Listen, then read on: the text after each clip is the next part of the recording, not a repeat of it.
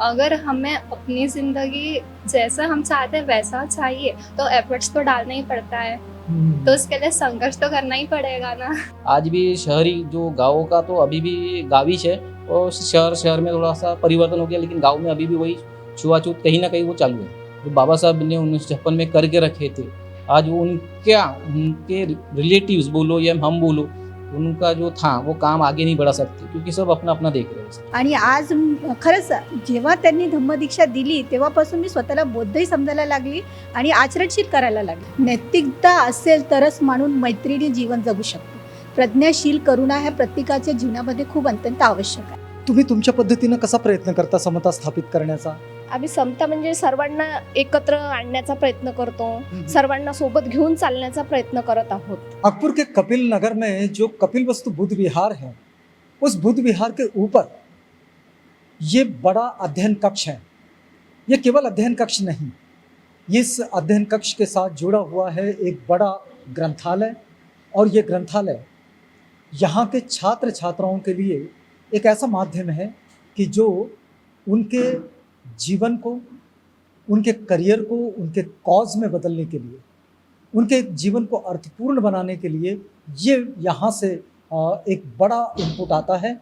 और इस लाइब्रेरी में ये जो छात्राएं यहाँ स्टडी कर रही हैं इस अध्ययन कक्ष में, इन्हें शोर पसंद नहीं है, लेकिन बावजूद इसके हम इनके बीच आकर ये थोड़ी सी बातचीत कर रहे हैं इस छात्रा के साथ.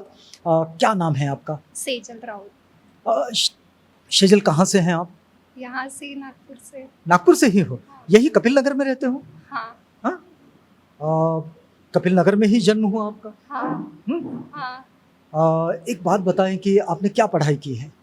मेरा 11th-12th कॉमर्स था और फिर ग्रेजुएशन आर्ट्स था। अच्छा. हाँ, और अभी कॉम्पिटिटिव केस में बैंकिंग की तैयारी चालू है। अच्छा, मतलब आपका कॉमर्स और आपका आर्ट्स दोनों का समन्वय बना रहे हैं, हाँ? और आगे बढ़ने की कोशिश कर रहे हैं. हम लोग इस समय पता है क्या, एक बात को समझने की कोशिश कर रहे हैं कि बाबा साहब ने जो धम्म दीक्षा दी है उसको भी 69 साल हुए हैं. क्या आपको लगता है कि बाबा साहब ने ये जो बुद्ध धम्म की दीक्षा दी, तो इस दीक्षा से जीवन में कुछ बदलाव होता है? ऐसा लगता है आपको? आपका ऑब्जर्वेशन क्या कहता है? हाँ, होता है। होता है? हाँ। आप जब यहाँ पढ़ाई के लिए आते हैं तो नीचे बुद्ध विहार में भी तो जाते होंगे? कभी कभी। अच्छा. इसकी कोई खास वजह है किसकी? कि वहाँ कभी कभी जाना और अध्ययन कक्ष में सीधे ऊपर चले आना? नहीं, मतलब जैसे अगर अच्छा नहीं लग रहा है कि कभी ऐसा होता है कि पढ़ाई करने का वैसा मन नहीं होता है या कभी मार्क्स अच्छे नहीं आते हैं, तो ऐसा लगता है कि कहीं शांत जगह बैठे रहे, तो फिर तब चले जाते हैं. अच्छा, मतलब हाल फिलहाल का फोकस जो है वो पढ़ाई पर है? हाँ, पहले तो पढ़ाई पे फोकस है, पेपर चालू है. अच्छा, जैसे कि बाबा साहब कहते थे कि भाई शिक्षित बनो यार. हाँ. शिक्षित बनोगे, संगठित रहोगे, संघर्ष करोगे तो जीवन का उत्थान होगा. बाबा साहब की जो सीख है, आपको क्या लगता है कि ये सीख आपके जीवन में कितना काम देती है? सबके जीवन में काम आती है कि बिन संघर्ष के तो कुछ नहीं होता है. सबको जो चाहिए उसके लिए सबको सब कुछ सेक्रीफाइस करना पड़ता है, एफर्ट्स डालना पड़ता है हर एक चीज़ में. अगर हमें अपनी ज़िंदगी जैसा हम चाहते हैं वैसा चाहिए तो एफर्ट्स तो डालना ही पड़ता है. तो उसके लिए संघर्ष तो करना ही पड़ेगा ना. बिना संघर्ष के नहीं होगा. अच्छा, एक बात बताइए कि आप ये जो आपकी बैंकिंग की तैयारी करती है, इस बैंकिंग की तैयारी के साथ साथ ये जो यहाँ ग्रंथालय है, इसमें तो बुद्धिज़्म की भी बहुत सारी पुस्तकें होगी, बाबा साहेब की भी पुस्तकें होगी. हाँ. क्या आपकी कभी नज़र जाती है उन पुस्तकों पर? सच बताओ तो कभी नहीं, क्योंकि मेरा खुद का ही कोर्स खत्म नहीं होता है. अच्छा. तो वहाँ कभी हुआ ही नहीं ऐसा कि कुछ और एक्स्ट्रा का पढ़े. अच्छा, लेकिन भंते जी यहाँ पर कभी प्रवचन तो देते होंगे बुद्ध विहार में? नीचे देते, ऊपर तो मैंने कभी नहीं सुना. अच्छा, ऊपर नहीं आते हैं, नहीं. नीचे होता है ये प्रवचन. यहाँ कितनी छात्र यहाँ पर स्टडी करते हैं? एवरेज देखे तो रोज आ ही जाते हैं 20 से 25, वैसे कभी कभी ज़्यादा भी हो जाते हैं. आपकी इस पढ़ाई में आप क्या क्या तैयारी कर रहे हैं? Can't, English, reasoning, current affair. ये जो करंट अफेयर है, इन करंट अफेयर में आप जो कुछ होता हुआ देखते हैं, आपको लगता है कि इसमें बाबा साहेब कहीं उपस्थित होते हैं या नहीं होते हैं? उनकी उपस्थिति दिखाई देती है? नहीं हम्म? नहीं बात आज की जो समस्याएं हैं, इन समस्याओं का समाधान देते हुए कहीं नजर आते हैं बाबा साहेब? जो मैं पढ़ती हूँ उसमें ऐसे जो दुनिया में मतलब क्या हो रहा है और कौन क्या बन रहा है, सरकार क्या कर रही है, सिर्फ उस बारे में मतलब ऐसे एकदम ऑल ओवर क्या चलता है उतना नहीं डीपली पढ़ती हूँ। अच्छा, आप अपने काम का पढ़ती हैं। लेकिन ये जो कई बार ऐसा कहा जाता है कि भारत का संविधान जो है वो संविधान लगभग सभी बैंकिंग की तैयारी में, सभी कॉम्पिटिटिव एग्ज़ाम की तैयारी में उसकी स्टडी तो आ ही जाती है। एक्चुअली बैंकिंग में उतना आर्टिकल्स का वो नहीं है, लेकिन जो एसएससी होता है उसमें ज़्यादा है। इसमें सिर्फ लिमिटेड चीज़ को पढ़ो, जैसे कॉन्ट में मैथ्स आ जाता है, रीजनिंग में लॉजिकल आ जाता है, इंग्लिश तो पता है, और करंट अफेयर में सिर्फ जो मतलब कि अपॉइंटमेंट होता है, जो ग्लोबली जो चल रहा है सिर्फ उतना ही आता है, ज़्यादा सिर्फ इतना ही आता है। आर्टिकल वार्टिकल सब एसएससी वाला वो होता है। नहीं, वो तो संविधान के अनुच्छेद, ये एक दूसरी बात हुई, लेकिन संवैधानिक संस्कृति जो है समानता, बंधुता, न्याय, स्वतंत्रता, ये तो उसके मूल्य है ना हमारे संविधान के। हाँ तो ये मूल्य आपको क्या लगता है कि हमारे जनजीवन जो है, इस जनजीवन में कैसे आ पाएंगे कि सब लोगों में ये बात आ जाए? कैसे आ सकती है? एक युवती के रूप में, इस वक्त की, इस पीढ़ी की बेटी के रूप में आप इन चीज़ों को कैसे देखती हो?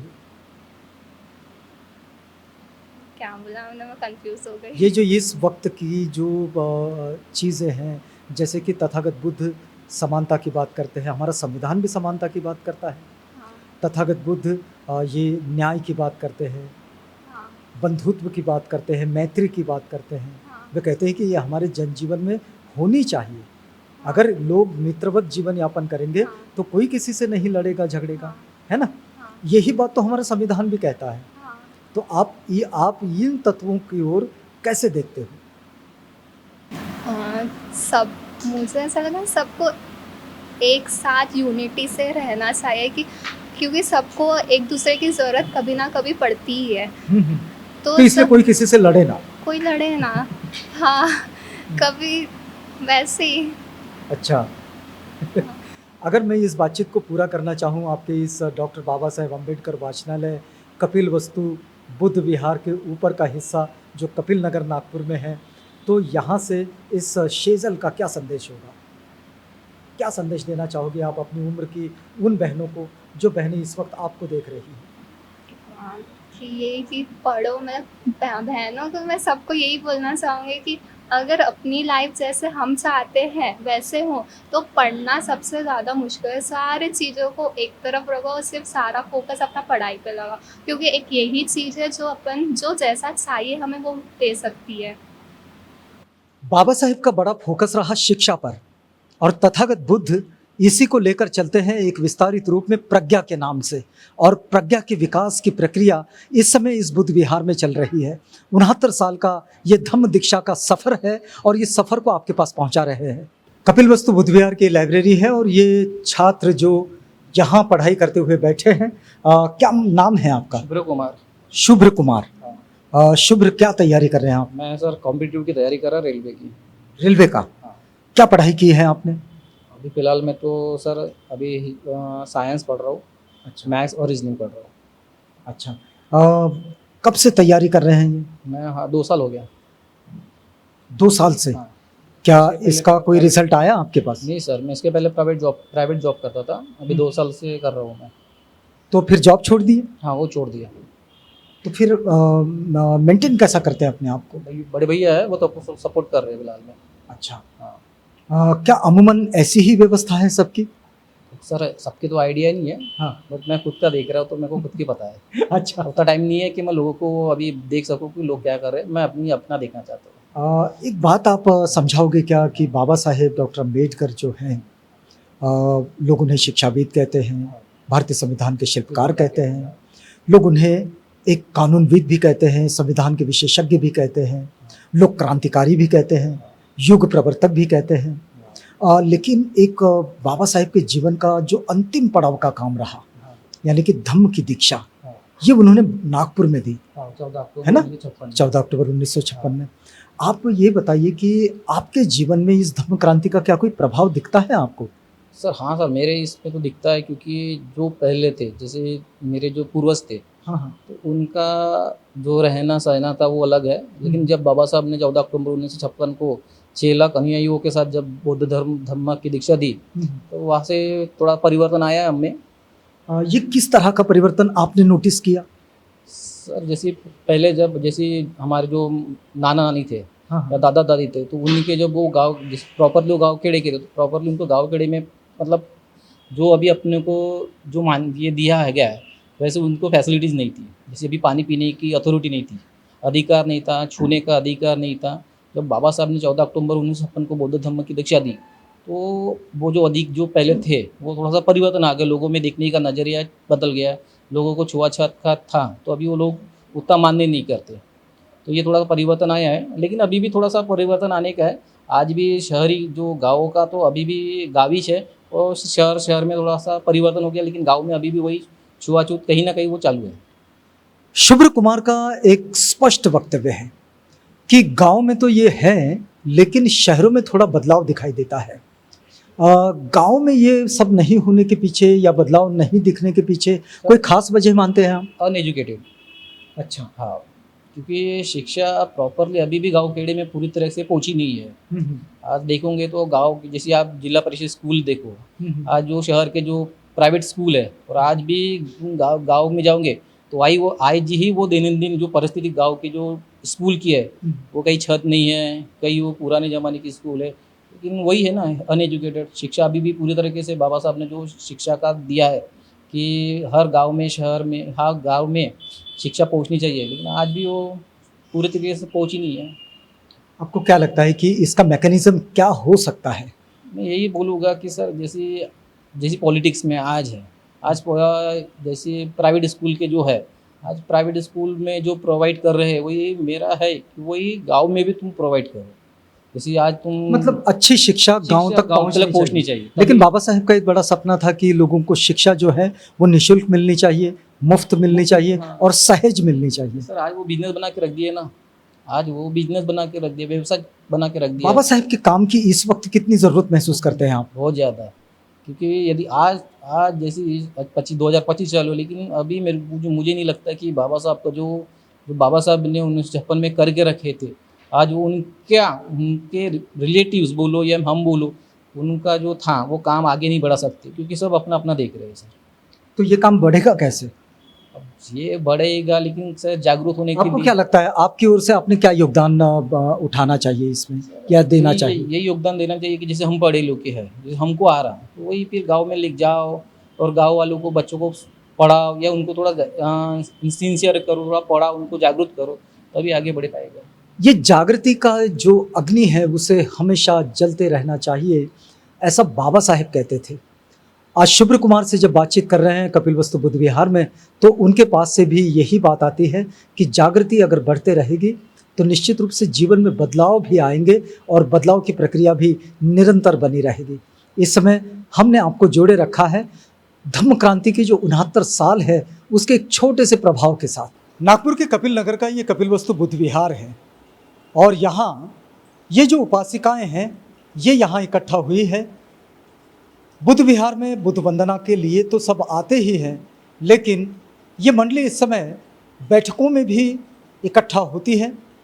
69 साल का ये वक्त बाबा साहेब ने धम्म दीक्षा दी, इसका एक छोटा सा प्रभाव इस समय हम आपके पास पहुंचा रहे हैं, और इसी सिलसिले में हम कपिलवस्तु बुद्ध विहार में हैं। तो ये जो कपिलवस्तु बुद्ध विहार है, ताई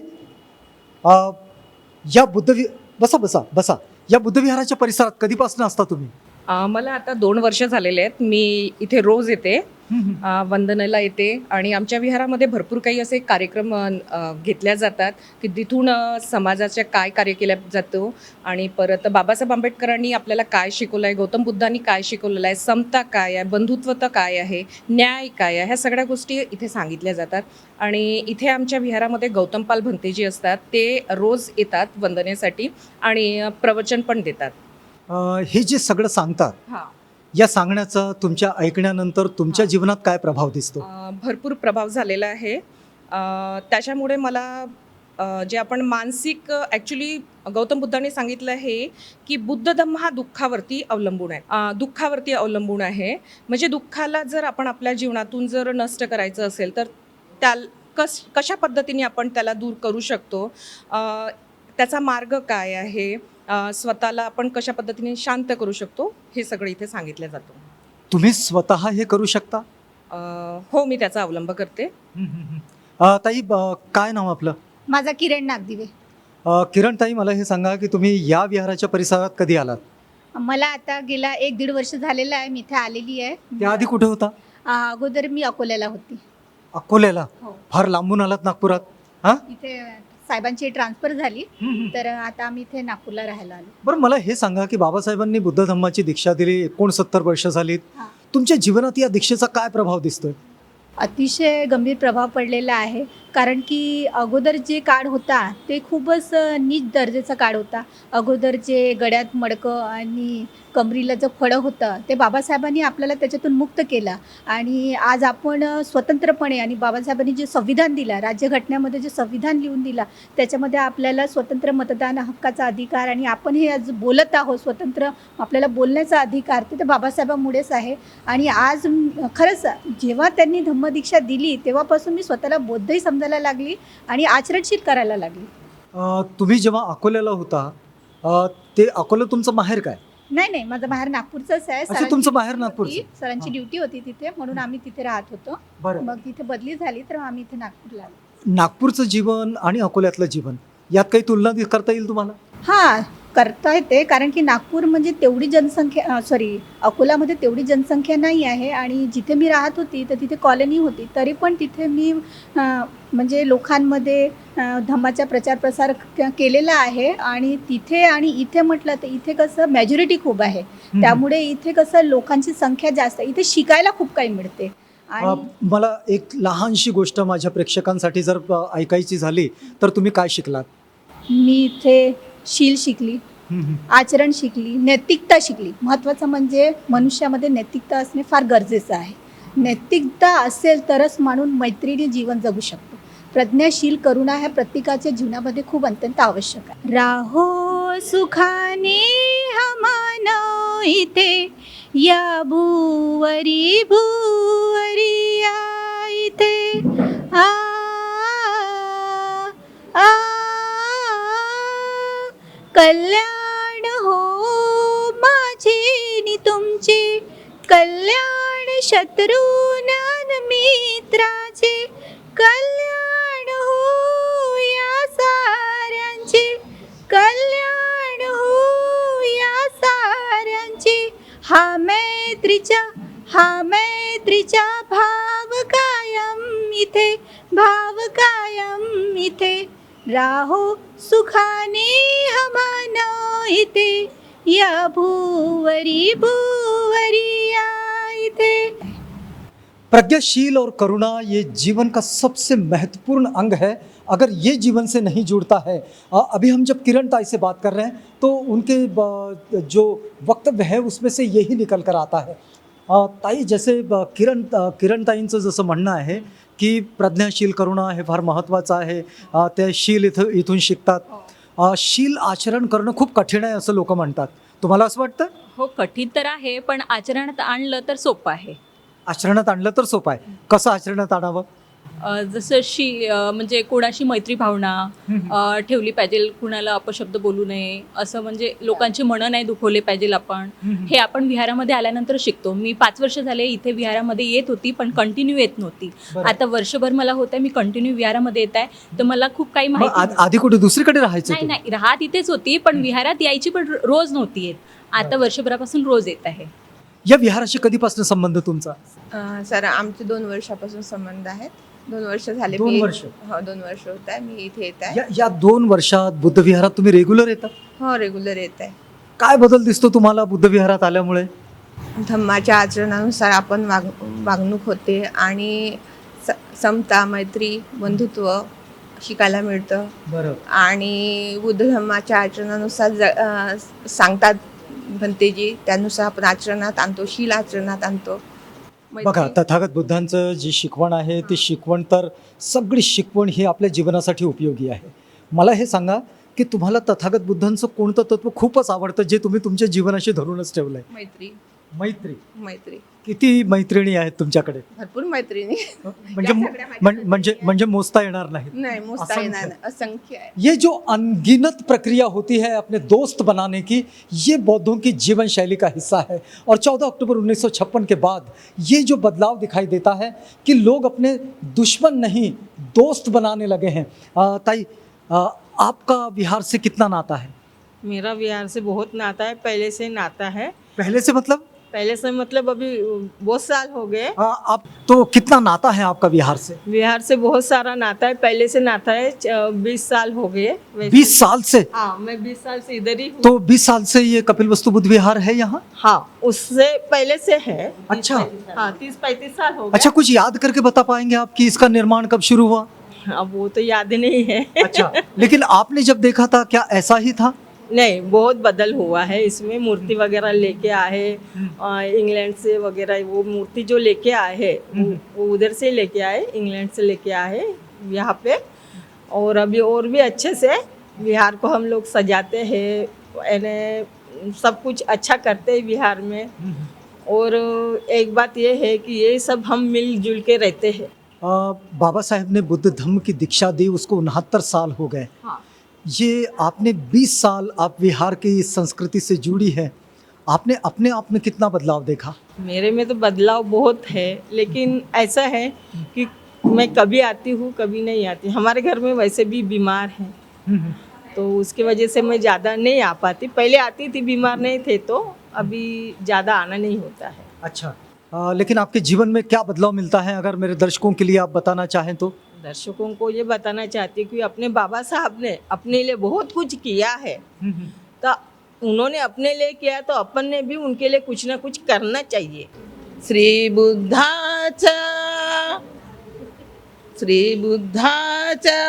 चरणावरती विजयादशमी दिनी दीक्षा आम्हा दिली भीमाने, मंगल दिन तो झनी दीक्षा आम्हा दिली भीमाने, मंगल दिन तो जनी.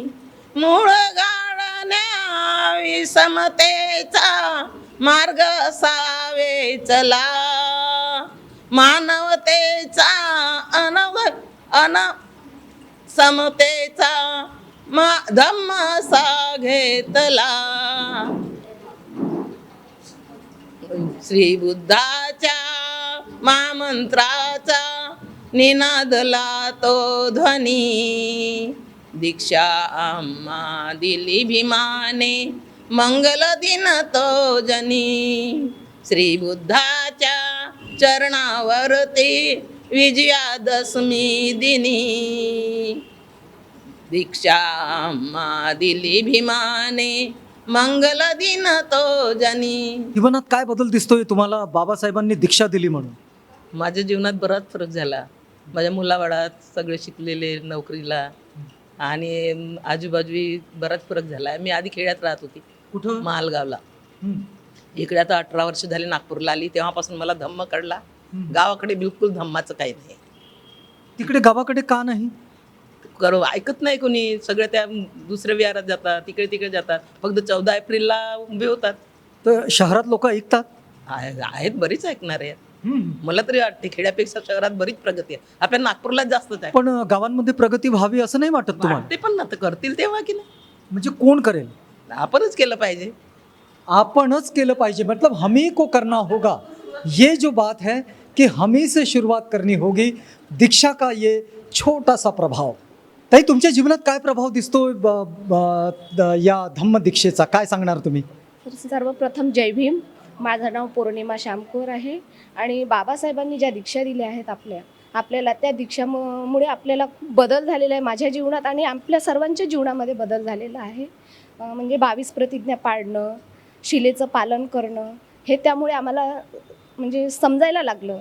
आणि 22 प्रतिज्ञेचं जे अर्थ आहे पूर्ण, ते आम्हाला नागवंश भंतेजींनी पूर्ण समजावून सांगितलेलं आहे. याच विहारामध्ये.